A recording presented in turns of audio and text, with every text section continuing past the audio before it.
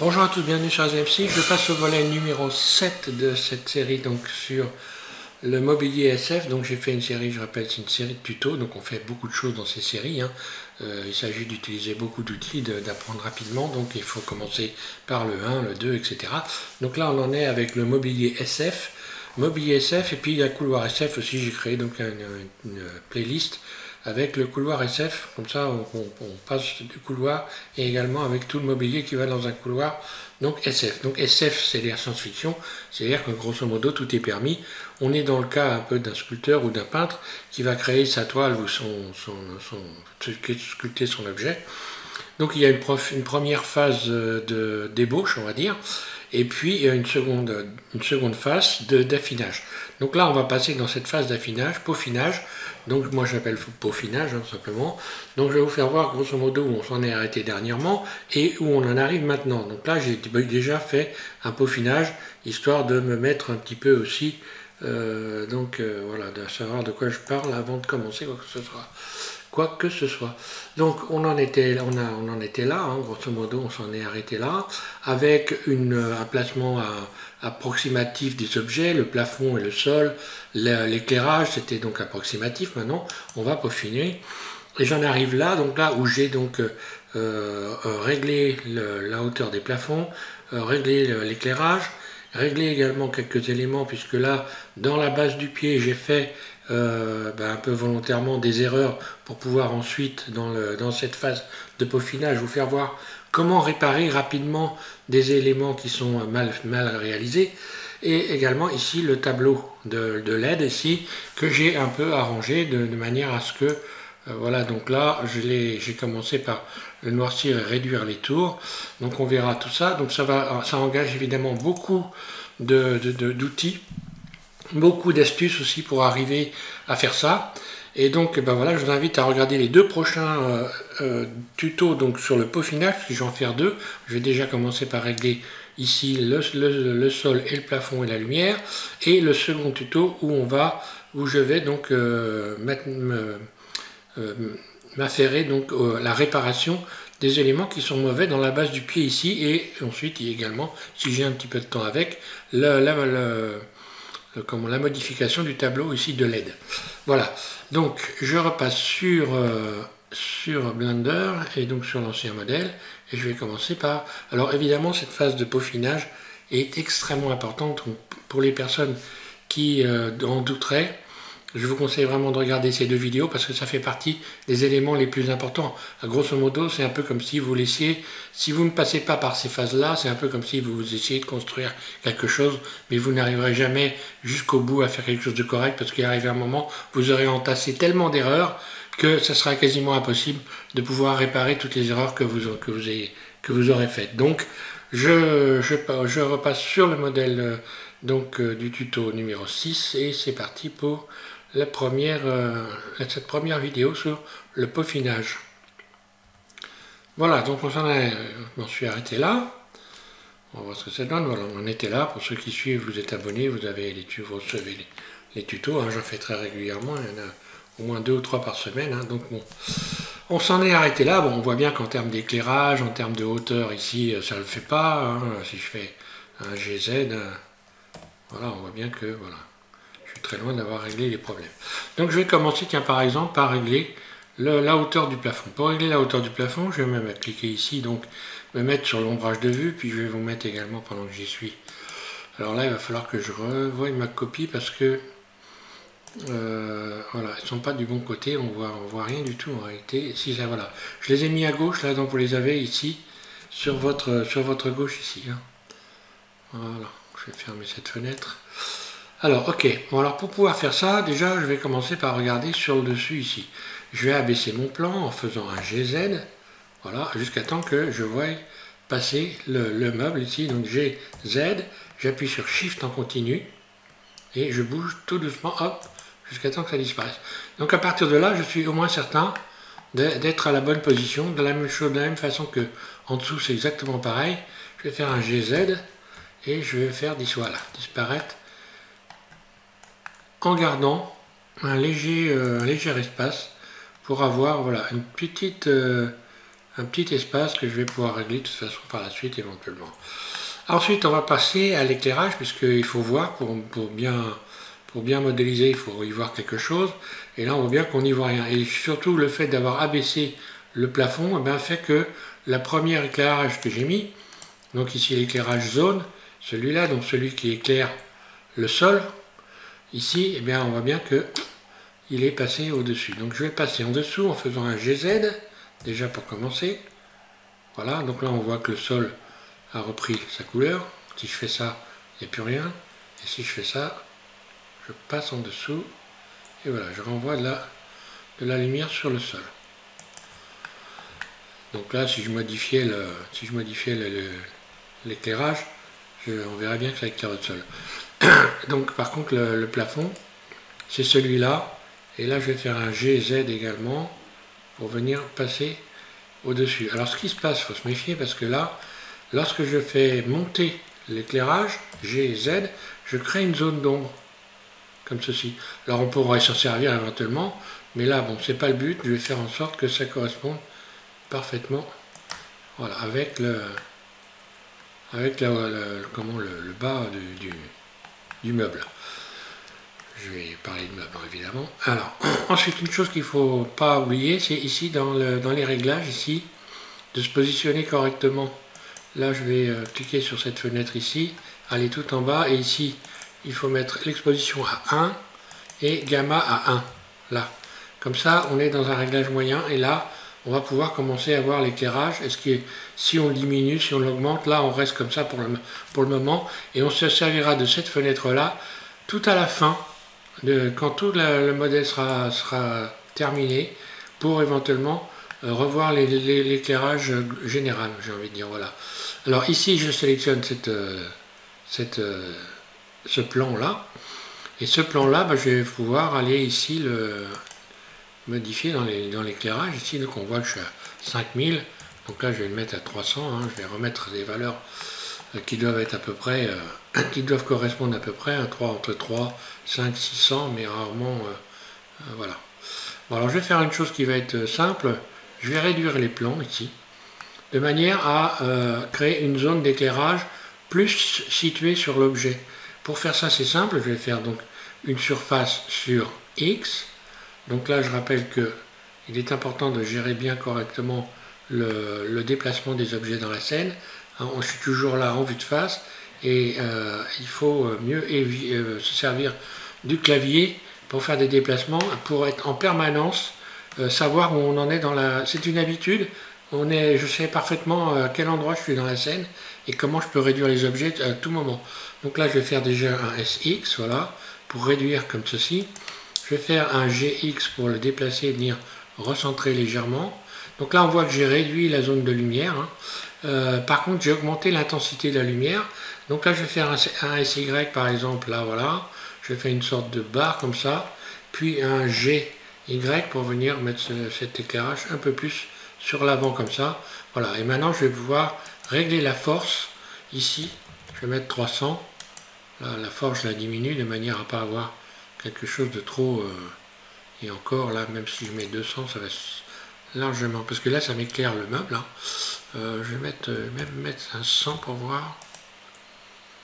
Non, donc là je vais mettre un petit peu plus.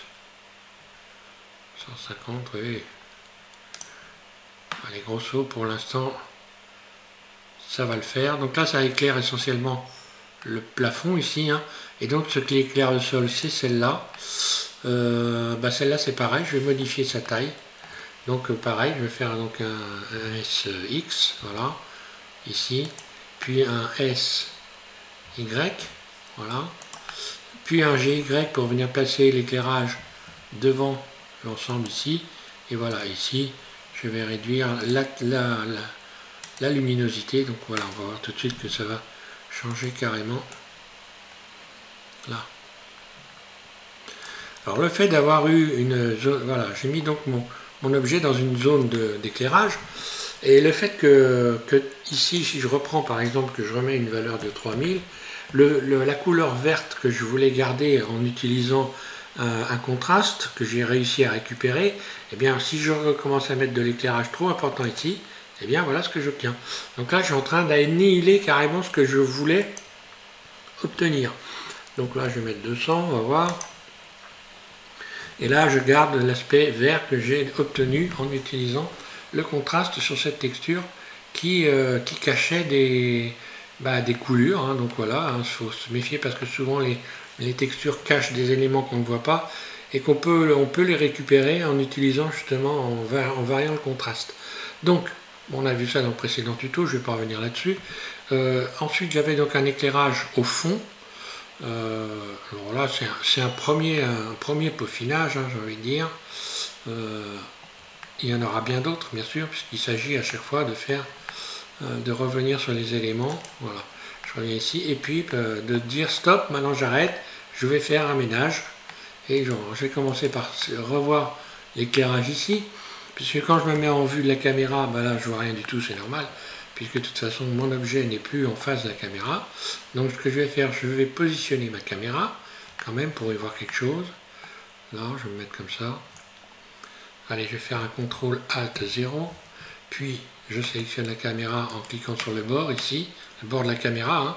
G, voilà, puis ensuite je vais aller voir ici, régler en cliquant sur la caméra ici, voilà, l'objectif, voilà, je garde ça, si je me mets en vue, voilà, donc ça me donne ça, ok. Donc dans le fond ici, je ne vois rien du tout. Donc je vais resélectionner les éléments, donc je vais les resélectionner à partir d'ici, là.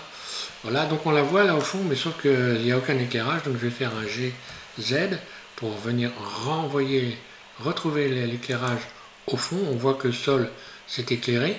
Là c'est pareil, je vais réduire un petit peu la dimension pour avoir plutôt une tache de lumière, parce que plus je vais garder des zones d'ombre, je vais pouvoir donc jouer avec d'autres éléments pour travailler la lumière. Donc là je vais faire un SX,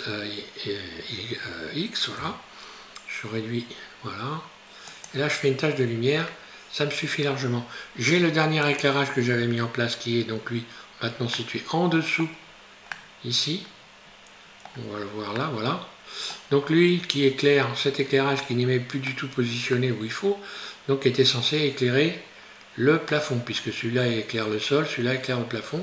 Je vais faire donc un GZ, puis un GY, voilà, puis je reviens faire un GZ, je rentre mon... Alors bon, pour y voir clair, hein, le mieux c'est ça, voilà, GZ, puis là je vais faire une surface sur X, donc SX, voilà, pour un peu garder cette... allez, je vais même faire encore une surface sur SY, là. Donc là, automatiquement, j'ai augmenté l'intensité de la lumière en diminuant comme ça. Maintenant, je vais pouvoir, voilà. Là, j'ai largement, voilà. Donc là, j'ai des taches de lumière et c'est ce que je voulais obtenir. Par contre, la tache de lumière, elle est très très forte ici. Donc je vais même remettre ici environ à 500. Là. Donc là, on voit que j'ai même 100, ça doit peut-être même suffire. Pas exagérer. Ouais, 100, et l'autre donc celle qui est en hauteur, celle-là, qui éclaire le sol, c'est pareil. Je vais la mettre à 100. Alors je vais mettre un peu plus, parce qu'il faut la voir aussi quand même. Alors là, je pourrais, voilà. Ça me plaît pas mal. Bon, après, c'est les goûts et les couleurs. Hein. Je peux modifier évidemment les couleurs, donc ça peut être intéressant de travailler aussi sur les couleurs. Hein. Là, je désélectionne tout. Voilà ce que ça donne. Donc voilà, j'ai estimé que là, j'ai un éclairage qui me plaît bien. Après, je pourrais toujours repositionner ma caméra. Donc ma caméra, si je veux voir peut-être un peu plus le bord ici, je me mets en vue de la caméra. La caméra, je la sélectionne. Je vais commencer par faire un déplacement sur l'axe X, donc GX, comme ceci. Puis ensuite, un déplacement de la caméra sur l'axe Z, RZ. Voilà.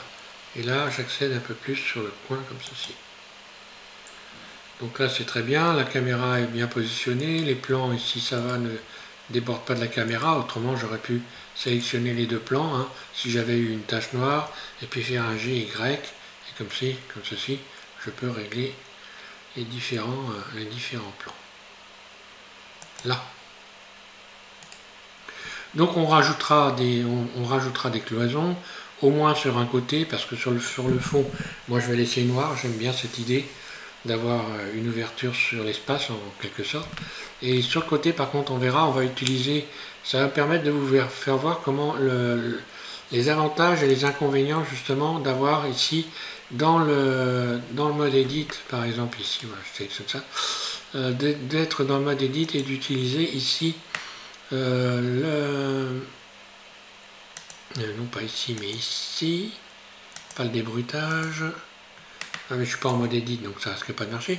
Voilà, d'utiliser ici dans cette fenêtre ici la transformation. Vous allez voir que la transformation elle se fait pas dans tous les axes et que on peut quand même s'en servir, mais il y a des petites astuces quand même. Voilà. Donc je vais m'arrêter là pour ce tuto. Prochain tuto donc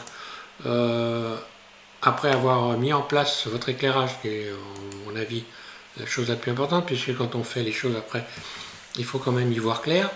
Donc on gère un éclairage de base qu'on va trouver qui est pas trop mal, et ensuite à la fin quand on aura tout fini, quand vous aurez tout fini votre modèle, vous irez donc faire un réglage global de votre éclairage en utilisant ici dans cette fenêtre ici les couleurs. Voilà, pas ici d'ailleurs, je dis des bêtises, non pas dans cette fenêtre là mais dans celle-là, voilà, tout en bas ici dans gestion des couleurs.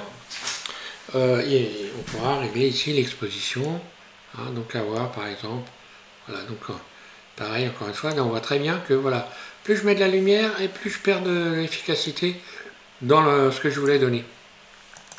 Donc il faut faire attention à ça, voilà. Une fois qu'on a fait l'éclairage, donc là je l'ai fait moyen, je vais passer pour le prochain tuto à ici la colonne et la réparation des éléments, puisque je vais vous faire voir grosso modo vite fait avant de terminer. J'appuie sur je sélectionne ma colonne, j'appuie sur la barre slash ici, et je clique ici sur l'ombrage de vue ici, là voilà, ombrage de vue, ok. Mode edit, donc tab, et je vais vous faire voir différentes erreurs. Donc déjà, j'ai créé des doublons, je vais retirer les doublons après par la suite, mais on va regarder une chose qui est importante. Quand on fait les doublons, on va voir qu'ils se retirent, mais il y a une chose qui est importante, c'est de régler les normales. Les normales, donc je clique sur la lettre Q pour récupérer ici l'orientation des faces. Voilà, les faces ont des orientations, c'est-à-dire qu'il y a à l'intérieur la couleur des faces est rouge et à l'extérieur elle est bleue. Et donc il ne faut surtout pas qu'il y ait du rouge à l'extérieur, sinon ça veut dire qu'il y a des problèmes. Ça veut dire que lorsque je vais installer mes textures, lorsque je vais prendre des images, eh bien elles seront faussées, elles ne seront pas correctes. Donc il faut réparer tout ça. Il peut y avoir des doublons. Là ici j'ai des surfaces qui ne sont pas fermées. Ça par contre j'avais pas fait attention, j'avais pas fait exprès. Par contre pour la grille j'ai fait exprès de faire des erreurs, hein. Donc on va pouvoir réparer par la suite. Alors ce qui est important c'est de réparer, d'utiliser la bonne façon de réparer les choses. Parce que des fois le problème qu'on rencontre, et moi c'est le problème que j'ai rencontré quand je débutais, j'avais tendance à essayer de rechercher où il y avait des problèmes. Je perdais un temps infini à savoir qu'est-ce qu'il y avait, alors que si j'avais supprimé carrément certains éléments et remodélisé ces éléments, j'aurais été 3 fois plus vite. Et je vais vous en faire cette démonstration dans le prochain tuto. Vous allez voir que tout simplement, toutes les erreurs que j'ai sur ce pied, et il y en a, vous allez voir, il y en a pas mal, je vais les réparer très très rapidement. Alors, je vais m'arrêter là. Je vous souhaite donc déjà... J'espère que vous suivez, que tout ça vous aide, hein, même si vous n'êtes pas obligé de modéliser la même chose que moi, mais en même temps, en regardant les tutos, ça vous apprend donc à gérer certaines choses de la façon qui me semble à moi être la meilleure. Et donc, normalement, ça devrait aider à progresser. Voilà. Merci à tous, et puis je vous invite à regarder le prochain tuto, qui sera donc le volet numéro 8, et qui va s'appeler également peaufinage, mais peaufinage numéro 2. Donc là c'est peaufinage numéro 1, l'autre ça va être peaufinage numéro 2. Voilà, merci à tous et bon courage pour la suite.